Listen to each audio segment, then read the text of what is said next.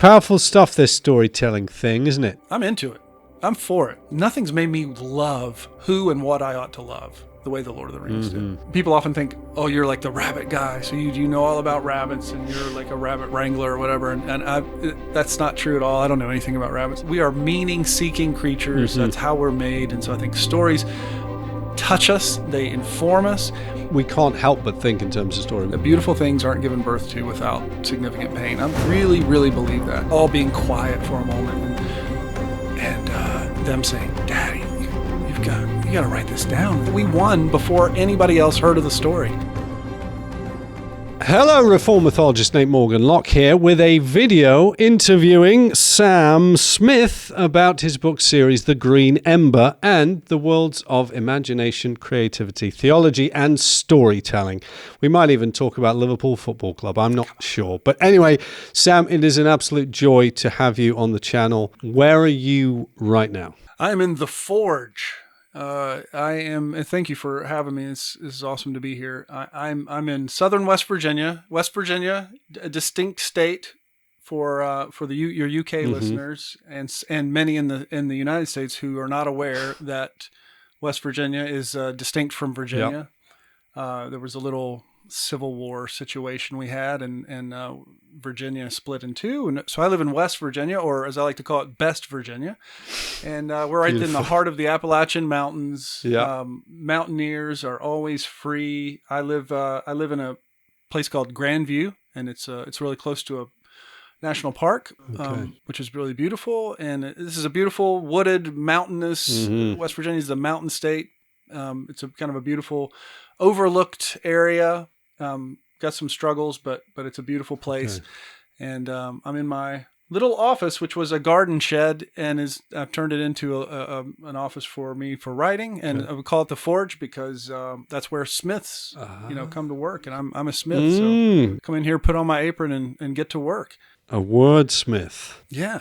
I want to get on to some stuff around the books, but I've got a little game I want to play with you beforehand. And that is because when I went onto your website, I saw that you have one of the most delightful pages I've ever seen, in which you just put a load of quotes about storytelling and the imagination and stuff like that. This is a dream. So what I'm going to do is I'm going to read you some quotes from that page, a page you curate, and then you have to tell me, we'll see if you can remember who originally said it. Okay. Great. Okay, so here's one. If you consider only utility, the things you build will soon be useless. Ooh.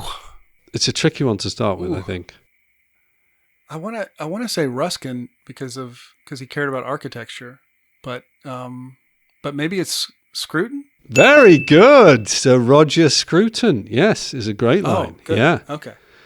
And what you see how I cheated and I gave you two answers, like I could have been like, and I might have been Chesterton or possibly yeah, but also then I'm right. If in doubt, go with Chesterton. So it's a great quote about thank goodness we don't live in a world of pure utility, because it's a great. Next one, there are 3 rules for writing a novel. Unfortunately, no one knows what they are. Oh man, is that E.B. White? Maybe? That is W. Somerset Maugham. I never would have gotten that. I know. I didn't actually know who that was, but I thought it was a great quote. I still don't. I don't know who it is either. You just probably some novelist. Who cares about novelists? Whatever. Here's a slightly meatier one. There is a great deal of difference between the eager man who wants to read a book and the tired man who wants a book to read. A man reading a Le Queux mystery wants to get to the end of it. A man reading a Dickens novel wishes that it might never end. I mean, gosh, I feel like I'm hovering around it in my mind. I'll say C.S. Lewis, but I'm gonna say Lewis. See, I think I would have guessed Chesterton because it's got that slight bit of snark in it as well. But it's apparently George MacDonald. Great George MacDonald. I was close. I was in the hereditary line there. I'm gonna take my foot off your neck shortly. This is fun. The best thing to do when you have a new guest is immediately demonstrate their ignorance. I think about something they claim to know something about. I think that's You've great. got to dominate the conversation with a quiz that they may not know the answer to. That's very American. I like that. That's very Well, front foot. I had 4 years in Pennsylvania, so I was, I think I've picked up. I know how to deal with you Yanks. I've worked it out. All right, here's a great one. This was really good. I'd never heard. This is a bit of a clue. I had not heard of this person, so it's more obscure. You don't want to look like your heroes. You want to see like your heroes. Oh man, you've never heard of them? Wow. You don't want to look like. You don't want to look like your heroes. You want to see like your heroes. That's not Madeline L'Engle, is it? No, I've heard of Madeline L'Engle. Come on. Okay. But this Catherine was Patterson? a guy named Austin Kleon, who Austin Kleon. He's younger than I am. I checked him out. He was born in 1983, and he's done talks for Pixar and TED Talks and stuff. Okay. But I just thought it was a great line. You don't want to look like your heroes. You want to see like your heroes. Just that's what makes them heroic, that they have a vision of the world. And yeah, there's something really kind of cool about that. That's good. Well, I think I've completely failed. I sort of half got one right. I think that's. This reminds me of school a lot. Well, okay, let me ask you some questions that you definitely will know the answer to. The first one is, when did you come up with the idea for these Green Ember books about all these rabbits with swords, I believe is the description. Yeah. Right. Well, so I was always one of those dads that was sort of, I used to tell stories. My oldest brother told me stories about like a pony and a dog and that kind of thing. So I grew up with that sort of in my mind. And like a lot of people, I love personified animals. And I would tell my baby sister those kinds of stories too. And so when I had kids, it was just a real natural sort of thing. At bedtime, on walks, here and there, on the porch, I would just tell her stories. And I had a few different little series going. But one day we were on the porch. My oldest daughter, who's now 21, she was just a toddler, and there were rabbits hopping around in the yard. And so I just started telling her a story about an older sister rabbit who had a younger brother, and they went on this adventure. They're really simple at the beginning, but she loved it so much. And so it just became sort of this serial for years that I would just tell them, where were we last time? Oh, I'd pick up again and keep going. People often think, oh, you're like the rabbit guy. So you know all about rabbits and you're like a rabbit wrangler or whatever. And that's not true at all. I don't know anything about rabbits.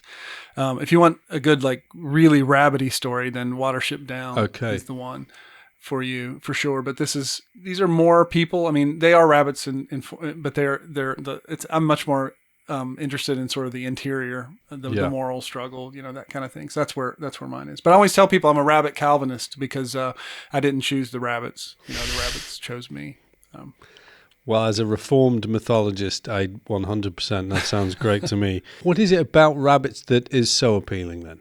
Because clearly they do keep showing up as kind of, little heroes we can get behind, right? We want to, root for the rabbits. You do. That's the whole thing. And again, this was totally accidental, but upon review, I'm like, oh, they're perfect. Because you immediately sympathize with them because they're vulnerable. They do have strengths though. They're fast. I don't know if you've seen these videos going around. Every time one gets posted anywhere, 50 million people send it to me. But where there's a dog chasing it, or a hawk or something coming down, and the rabbit's like jumping over or trying to defend or fighting a snake or something. They're pretty resilient little creatures, and so I think they're relatable to kids because there's a softness to them and a vulnerability. And it's the same reason why like most of the best children's literature involves children and children who are somehow disconnected from parents. You've got the Narnia stories. That's essentially what the Lord of the Rings is too. It's the hobbits are basically children. They're soft, they're vulnerable. And hobbits, rabbits, I mean, he was basically leaning on the rabbit lore by calling them hobbits anyway. Totally. So that's the kind of stories we love. And again, I didn't do that intentionally. And I think that's a theme that keeps coming up in my career, my own life about not really like being, I'm so smart. I will calculate and I'll figure out how, what's the market doing right now? What's really going to resonate? It was nothing. It was like, let me tell my child a story that she will love and just keep doing that over years. And then like, oh, maybe somebody else would like that, and sharing that, and then finding out there's a lot of other people who are kind of like us, but it's never like, in my story, it's very rarely like, oh, Sam was a genius. He came up with this brilliant kind of thing. It's all these sort of accidental or providential sort of things that have happened. And that the rabbits was an early one for sure. Yeah.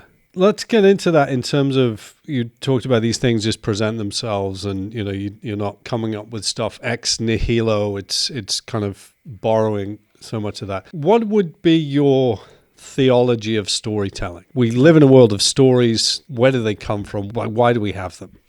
Well, that's a simple question. I'll answer it very quickly in one sentence. No, I think it's becoming more, I think, understood even in Christian circles. I think that how deeply we are story form people, and how, I think we're recovering a little bit from some of the excesses of the Enlightenment and starting to understand some of the things that were taken away from us, have been taken away from our capacities. So I think of us as people who, Lewis said that the intellect was the organ organ of truth, and that the imagination is the organ of meaning.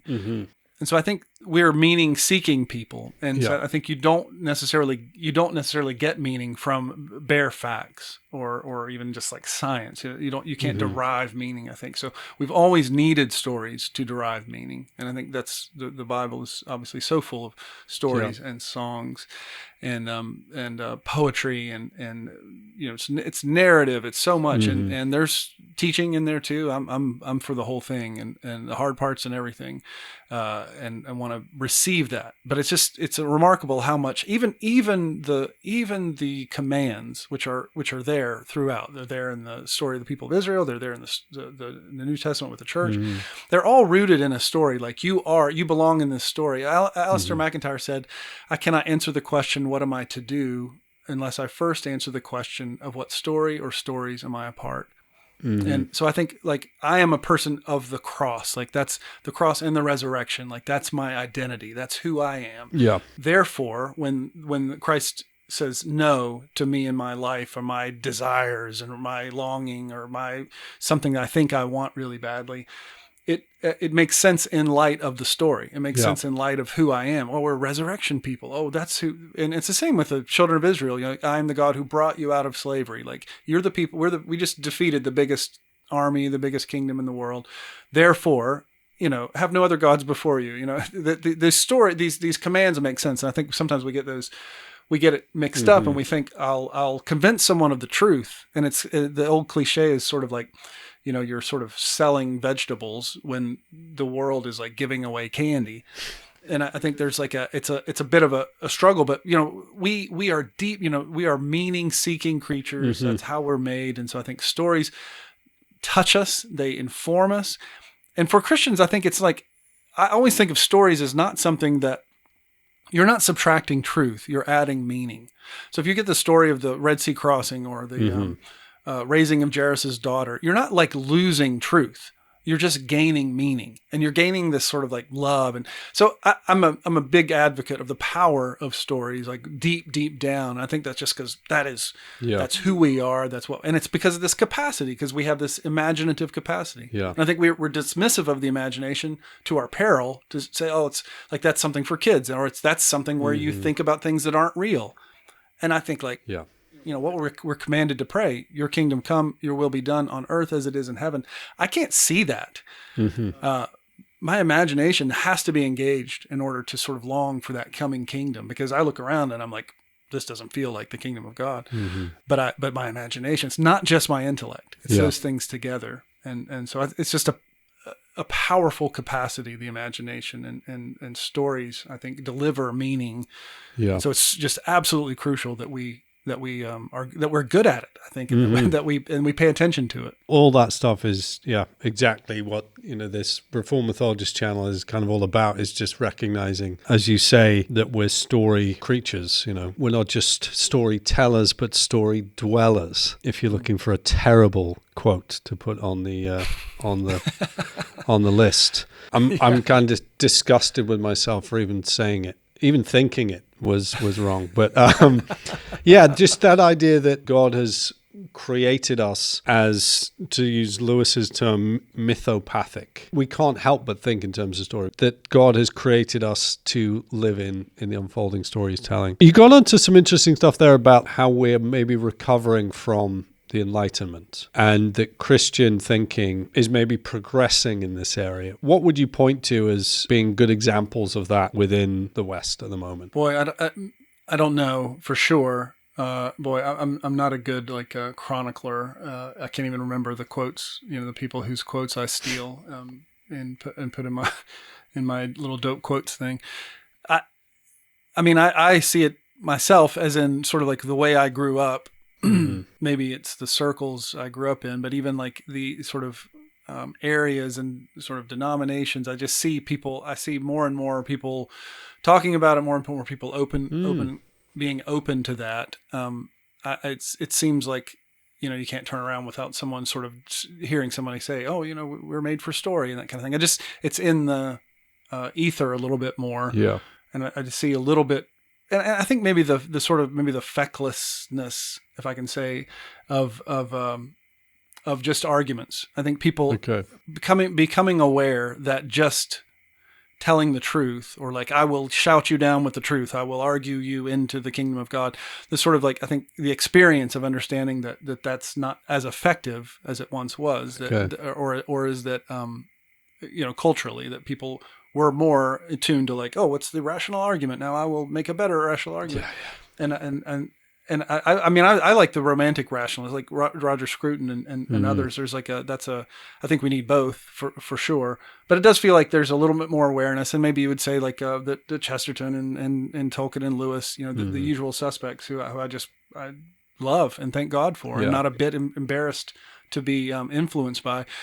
Were like apostles or heralds of this sort of like, and I think that their work has gotten so much into our imagination that I feel like it's sort of populated Christianity with this understanding, the underlining sort of the importance of the imagination. I think there's still a lot of work to do in that realm, but even apologists, like even like even Glenn and other guys, like I think there's just I don't know. There's a better brand even of apologists, in my opinion, like now that are not just saying like, my facts will defeat your facts. I think there's a more of an understanding of like what human beings need to hear. And I think arguably, just think about the new atheist movement. It rose and then it fell. And so everyone who'd lined up their Kalam cosmological argument and was ready to go with this kind of super watertight defense of the Christian faith from a rational basis, we've realized that there's a huge number of people out there who weren't going to be persuaded by that idea, and that our defense of the faith needed to include people who didn't study STEM subjects at school, right, or at university or whatever. So the idea that persuasion actually does happen through story, that's one of Lewis's big things with the whole stealing past watchful dragons, is that how are we oriented, how are human beings shaped? Well, we're not just made for story, we're made to be persuaded by stories and made to be moved by stories. And really the question now is, what is the story that we're trying to tell? I was chatting to a family in church who have just finished the 4th Green Ember book. And so I said, I need you to tell me what questions to ask. These come from a 7-year-old girl in our church who just finished the 4th book. She said, who's your favorite character? Who is my favorite character? I that's like asking me to choose between my children, which I'm very happy to do. Some of them are terrible, and so I would highlight the good ones here. My favorite character is probably Heather. She's the older sister and sort of the main point of view character. Pickett, her brother, is sort of more like a traditional main character. He's more of like a Luke Skywalker or that sort of a type. So, but it's Heather that's sort of looking at him, and he's sort of the one that is observed. But I identify a lot with her as because she's a storyteller in the story, and some of her fears are similar to some of mine. But there's parts of me in all the characters, including the bad guys. But I think I don't know. I love her. I think she's close to my heart, and I like her brand of heroics. I sort of understand it really well because I understand sort of her fear. Okay. So probably Heather. And then classic, wonderful 7-year-old question. Why are there no toilets in these books? Why? Yeah. That's an interesting thing. That reveals, I like that question a lot because it reveals sort of like the magic of storytelling. And the magic of storytelling is very much like, look here, don't look there.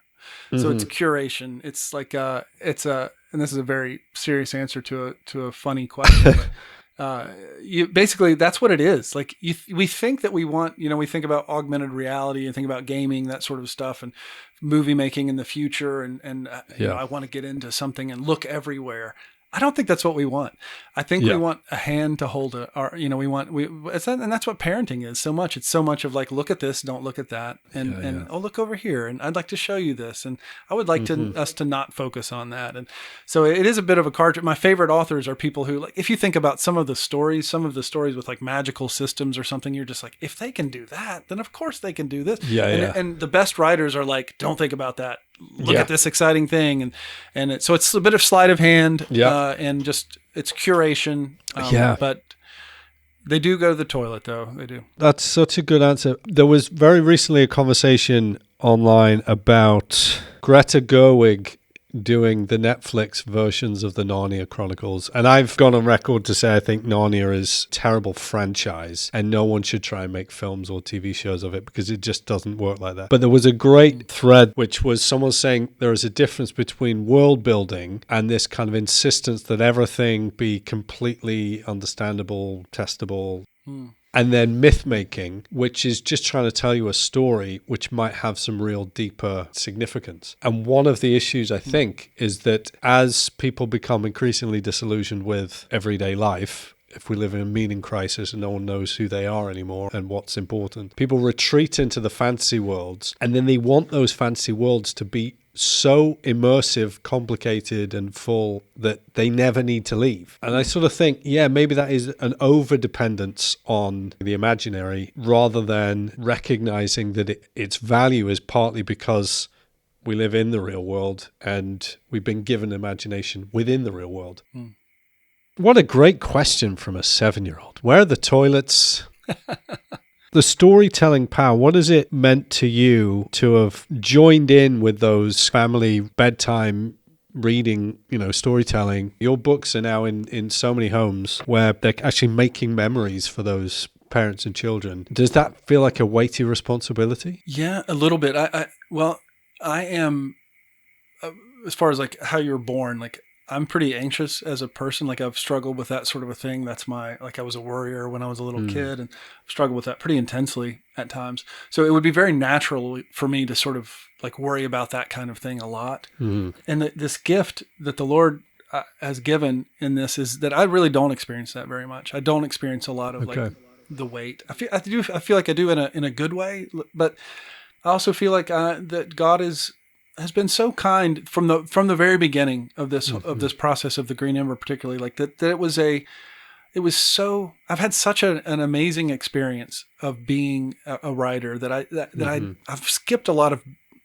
some of the negative things like that, a lot of the calculation, a lot of the like, I figured this out, I was so smart, so then I got this reward, or I picked the right thing, or I don't know, I had the best agent, I had this. It was really simple, like tell a great story to my family.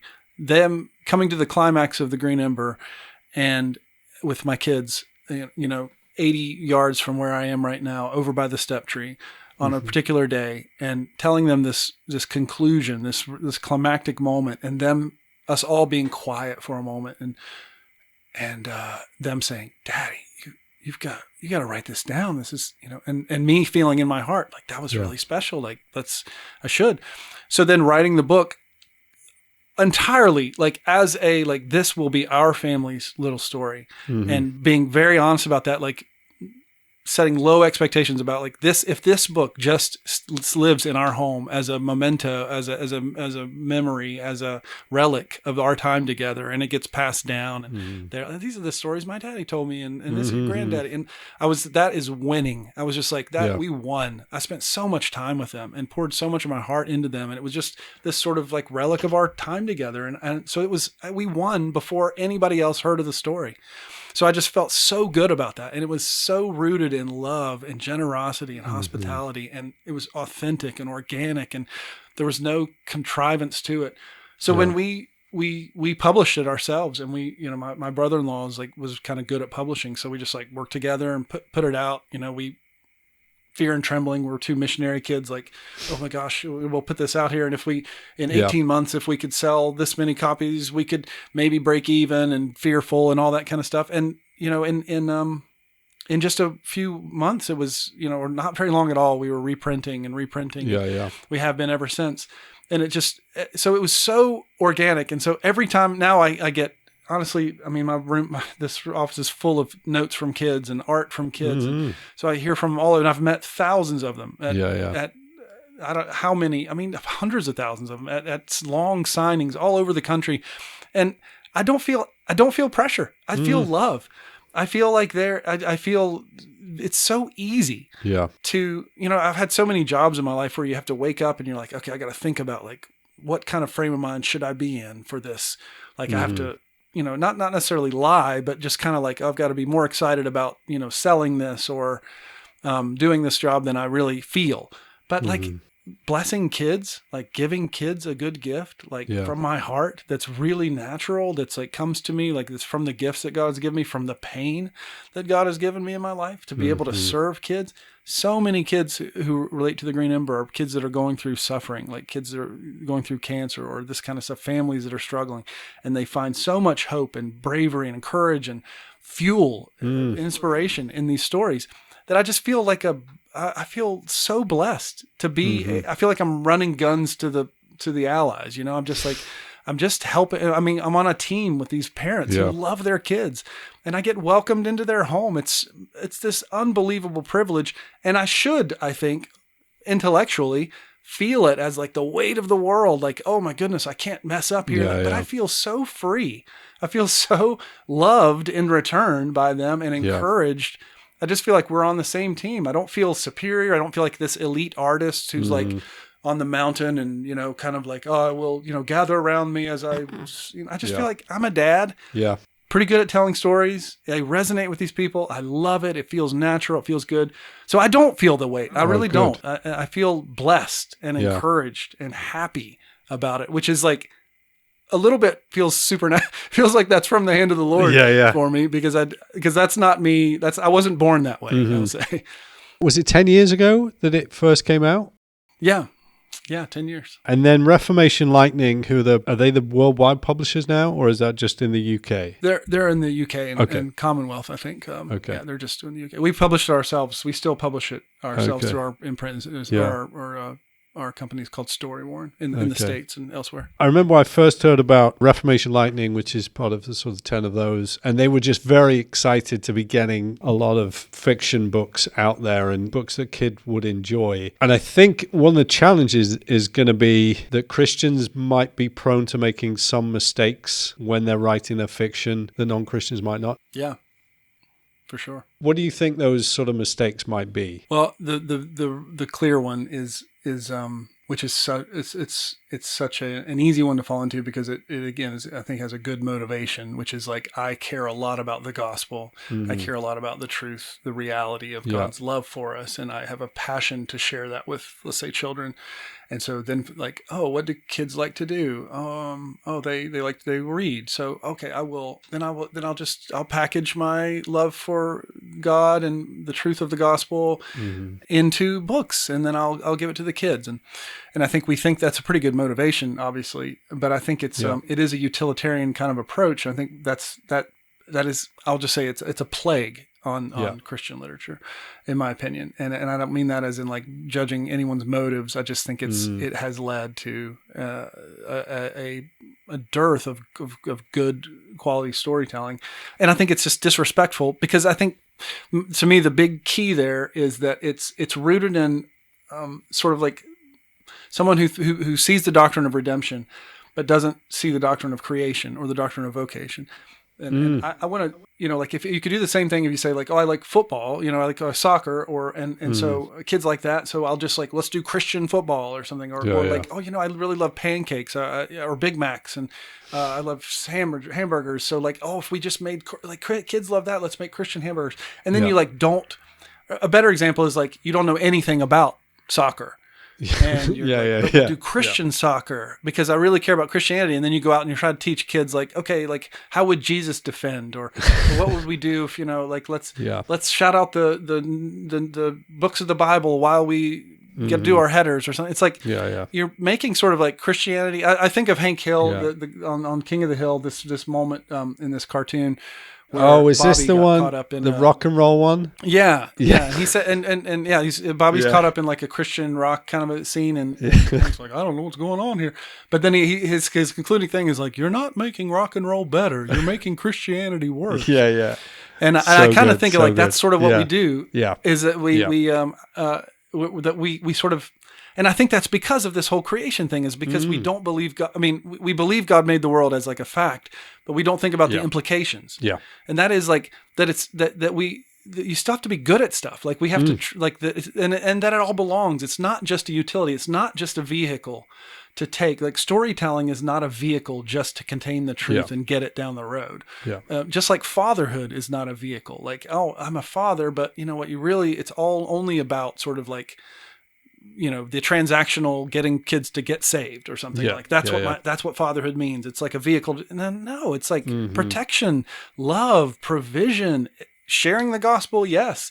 Discipleship, giving them clothing, giving them food. It's like, there's a whole big thing about fatherhood that's like, it can't be reduced to just a vehicle for conveying truth. And I want us as Christians to respect the arts in the same way that what is the thing? Storytelling is a thing itself. And I think we even have this, like, you have a lot of pastors who only read theological works or only read doctrinal kind of statements and don't have any, like, how can you read the Psalms? How can you're going to come to this? And I've heard a lot of sermons myself of people coming to the Psalms and just saying, like, teaching it like that David is teaching a lesson or something, and this line, and he means this, and so this, therefore, and it's such an abuse of sort of, it's not humble, it's not receiving the Bible for what it is, and it's not receiving the world for what it is, and human beings for the way we are. So I'm a big, I think, understanding that creation matters. So if you, my favorite example is there's a tree in a valley, and there's a babbling brook beside it, because that's the only thing brooks know how to do is babble. And there's sunlight coming through the trees, and it's beautiful, and there's moss on the ground, and there's this gorgeous, gorgeous tree, and there's the mountains in the distance, and you sit there and you think, should I carve John 3:16 into the tree with my knife? And I just think, like, the tree is fine. Like, it's doing its job. Like the information of John 3:16 is awesome. It's like wonderful, the best news you can imagine. And so you can get to where you think, like, I think I'll just like, I'll cut this tree up or whatever. And I'll but I think you're making it both worse. You're making both worse. And so I'm just saying, like, let the tree be the tree. Let storytelling be storytelling. And I'm not saying never mention Jesus or be sneaky or anything. I'm not saying that. But I believe that I believe in creation, that God made the world. So all the stuff is his. That means making pancakes is his. Being a father is his. Chopping wood is his. And they're all honorable. Like, it's all work is honorable, the doctrine of vocation. And storytelling belongs in that world. And it's his. And you don't have to pretend like it isn't, act like you're stealing something to sneak something in. receive it and give it. That's kind of my heart. It's interesting that evangelical Christian filmmaking, it's quite embarrassing a lot of the time when some of those films go out and you just think, who is this for? Who is it benefiting? Yeah. Is anyone getting anything out of this? Now, I do want to recognize that actually making a feature-length film is hard work. Like, that's difficult to do. And making a good one is really hard work. So when people say stuff like, oh, well, I watched God's Not Dead 2 and it wasn't as good as The Godfather, I'm like, yeah, but you know what? Most films aren't as good as The Godfather. So, that's not exactly the thing. It's hard to do. I'm not interested in pooping on guys who are trying hard. Like, that doesn't interest me. I get what like, it's bad, but it's like, what are we going to, it's very hard to do. It is interesting just to recognize that it's hard to write things, but taking things from being pretty good to taking things to being great requires some sacrifice. It requires there's a bit of pain. There's a process by which you take something which is good and improve it. And writers who are well-intentioned need editors who love them and want them to create the best things. You probably know where the quote's from. There's no such thing as writing. There's only rewriting. And we'd love it, wouldn't we, if every single time you wrote something, it was, oh, that is perfect. That needs no any amendments or edits or changes. I think the great gifts of creativity is working with other people, getting things tested, trying stuff out. And that's how we craft. We work well. You'd say your place is called The Forge, and there's a kind of pressure in the work of creativity. Yeah.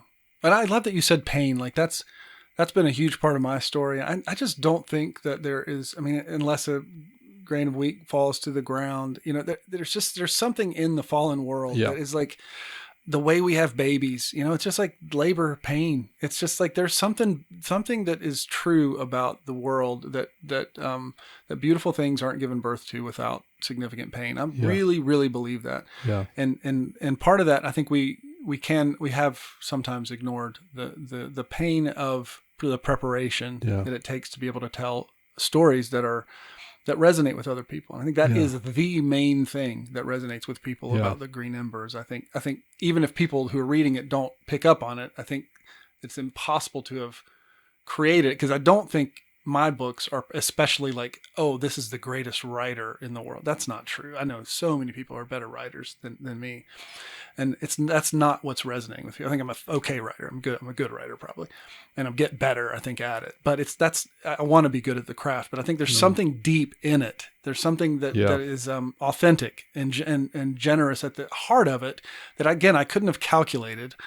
That was a gift for my kids, and I think it's resonated with other people. But that whole gift of pain, and if it's I'm just going to use this, I'm going to step in here. It's almost like it's impersonation, and it's almost like, to me, if you love the gospel and you love sharing the gospel with kids, like, share the gospel with kids. Like, that's great. Like, preaching is awesome. And it's so good. And like loving kids and doing youth work, and like, go do it. It's great. Mm-hmm. But it's a little bit of arrogance, an assumption that, like, because I have this much passion about an end result I want, that I will, the means are insignificant. And I think that is not a disposition. That is, Tolkien said it best when he talked about allegory.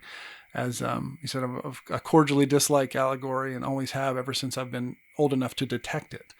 And he said that what a lot of people mistake, and I'm not getting this quote exactly right, but it's like a lot of people mistake allegory for application. Mm-hmm. And what I find is that the Lord of the Rings, particularly, even going back to your conversation about Narnia, like, it is a really fully realized world, which I think is deeply beautiful and deeply Christian. Yeah. Because it's got all that sort of, it's so embedded, but it's so applicable. Like, it's just everywhere, but it's not allegorical anywhere, really. And it's applicable everywhere. And it's so Christian, so thoroughly Christian, like, rings your bells all the time. Gives me, that's meant more to me spiritually, the Lord of the Rings, than any book of theology I've ever read. Mm-hmm. And I'm not down on books of theology at all. I love them. I love, I started with Francis Schaeffer when I was a teenager, and just like, shape my imagination in big ways, and I love them. I think it's so important. But nothing's made me love who and what I ought to love the way the Lord of the Rings did. Powerful stuff, this storytelling thing, isn't it? I'm into it. I'm for it. Yeah, you're a fan. I think. Yeah, I think you should keep I'm doing thinking it. about devoting some time. Yeah. But honestly, I can just say before I get you to direct people where you might like to direct them, the website you've set up, just that list of quotations, I was feasting on those. The way that you've pulled together those quotations, and I thought, do you know what I kind of really love is like exactly where it all came from, so I could then go read the books. Just so rich. And I think one of the great things about the current age in which we live is that we, through the internet, are able to connect with communities of people who are excited about the things we're excited about. So in terms of reformed mythologist, Christian view of story and storytelling, it's a delight to have met you and to hear what you're doing and to hear how the Lord's blessed you in all this. So I really do appreciate it. Thank you. I appreciate you're having these conversations. I love that it's connected to the other Speak Life stuff. And I'm excited about what you guys are doing, and I'm thankful, really thankful for the work you're doing. I feel like we're allies, and we need it. We need the allies at work. So where else would you want to send people? So what's the website? I'll put a link below, and people will just press that. But is it SD Smith? Yes, sdsmith.com. You can find all my stuff wherever you can. It's easy to search. I think in the UK, I think they've just done the first 4 or the main 4 books, but the other Green Ember stories I think are coming over there soon. So I'm excited about that. Exciting times. Please do remember that media consumption is optional. You are under no obligation to read the Green Ember Saga books, but I would strongly recommend that you do. I'm Reformed mythologist Nate Morgan Locke. I'm glad you were here.